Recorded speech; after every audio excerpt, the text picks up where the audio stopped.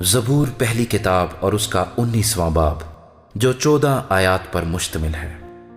آسمان خدا کا جلال ظاہر کرتا ہے اور فضا اس کی دستکاری دکھاتی ہے۔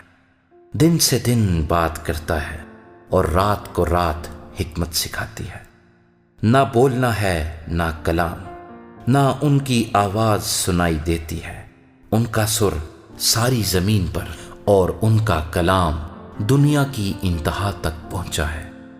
اس نے آفتاب کے لیے ان میں خیمہ لگایا ہے جو دلہے کی مانند اپنے خلوت خانے سے نکلتا ہے اور پہلوان کی طرح اپنی دوڑ میں دوڑنے کو خوش ہے۔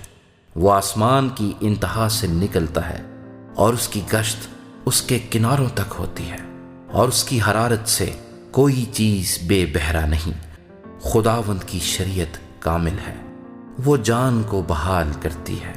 خداوند کی شہادت برحق ہے، نادان کو دانش بخشتی ہے۔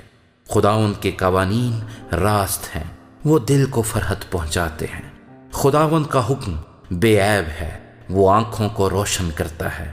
خداوند کا خوف پاک ہے، وہ ابد تک قائم رہتا ہے۔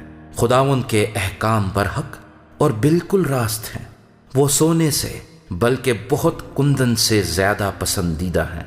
وہ شہد سے بلکہ چھتے کے ٹپکوں سے بھی شیرین ہیں۔ نیز ان سے تیرے بندے کو آگاہی ملتی ہے، ان کو ماننے کا اجر بڑا ہے۔